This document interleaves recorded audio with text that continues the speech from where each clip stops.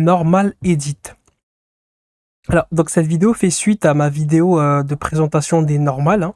Donc je vous invite à voir la vidéo qu'est-ce que c'est qu'une normale ou à quoi servent les normales dans Blender. En fait, je sais pas parce que je l'ai pas encore publié à l'instant où je tourne cette vidéo là, donc j'ai pas encore décidé le titre, mais en tout cas c'est la vidéo qui est juste avant celle-ci. Voilà, qui concerne les normales.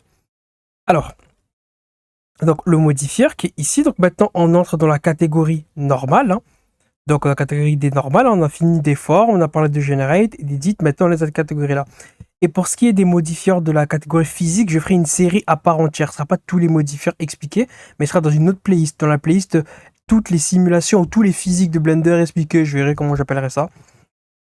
Donc, je vais ici passer immédiatement en mode rendu.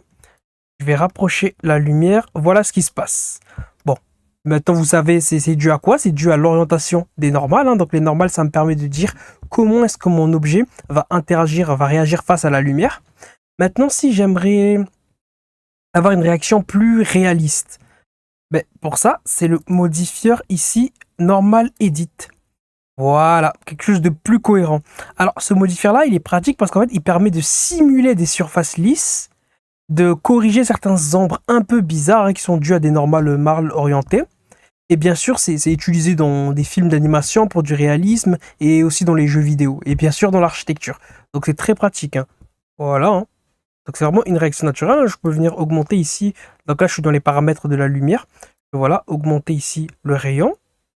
Donc voilà, ça simule, ça ressemble beaucoup plus à ce qu'on... Voilà, ben là, voilà, ça ressemble plus à ce qu'on est susceptible d'avoir dans la vraie vie. Donc je peux choisir un objet, une target, hein. Allez, un empty, plein axe, hein, par exemple, celle-ci. Et voilà, cet objet-là, il va me permettre de choisir comment est-ce que mes normales vont s'orienter. Donc là, mes normales vont pointer ici cet axe-là. Voilà, donc en même temps, je peux déplacer mes normales. Donc là, ça déplace les normales. Donc j'ai la main justement sur l'orientation des normales. Ce qui va bien sûr avoir une influence sur la réaction de l'objet face à la lumière. Enfin, généralement, je le mets un peu dans le même secteur que la lumière, hein. Voilà, voilà. Ça. Voilà. Ça fait. Ah, voilà. Voilà. Comme ça, j'aime bien. Ok, après là, il y a des modes de mixage. Copier, add pour faire une addition. Voilà. Ok, donc là, ça va additionner. Soustraction. Oula. Soustraction. Multiplication. Ok. Addition, c'est pas mal. Là, bon, c'est encore cette histoire de vertex group. Hein. Quel point comment dire, ce modifieur-là va s'appliquer à quel point? Donc les points qui sont sur ce point-là. Sauf que ça concerne plus des normales, donc des faces. Donc c'est surtout des faces, c'est minimum 3 points. Donc voilà, donc c'est un nombre de points, on va dire modulo 3. Voilà, simple, hein. L'offset, ça je n'ai jamais utilisé, donc je vais pas m'attarder là-dessus. Ok, je vais me débarrasser de l'empty et X. Et je vais garder ça. Ah là là. Voilà, petit éternuement. Ok. Ok, bah voilà pour ce qui est de ce modifieur-là, hein.